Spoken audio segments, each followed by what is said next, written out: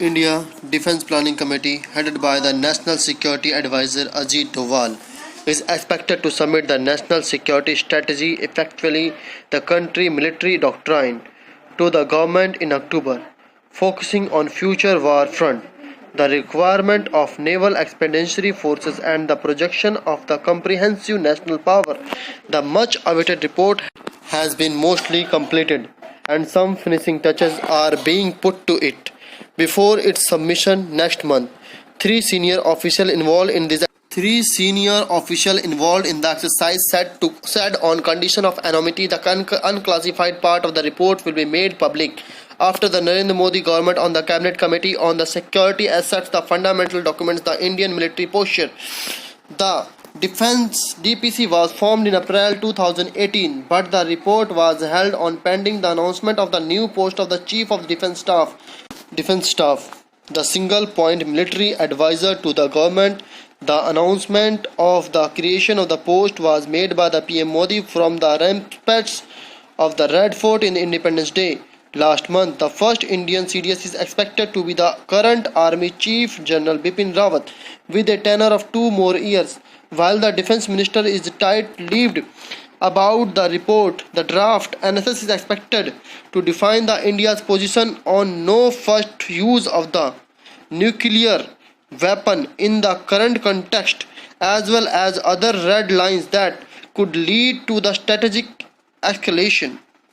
The report is also expected to define the military at the India to terms of the possible number of fronts, north and the west. In the worst case scenario, it is the definition that will be used by the Defence Ministry to decide the quantity of the ammunition to be kept in the ready stock. As now, India is proposed with the ammunition in inventory for the 10 days intensive war. The NSS document will also spell out the Indian naval posture in the coming years, including the requirement for an expeditionary force. The Doval Committee will also answer whether the Indian Navy requires more aircraft carriers or development of air bases in any of the 611 islands India in the Arabian Sea, Bay of Bengal, Andaman Sea, the venture deep across the Indian Ocean or the Persian Gulf, even the South China Sea. For the instance, the tri-service in the Andaman and Nicobar Island Command could easily project Indian might into the South China Sea, with the existing bases being upgraded and a naval base being equipped with jetties to handle the larger warships.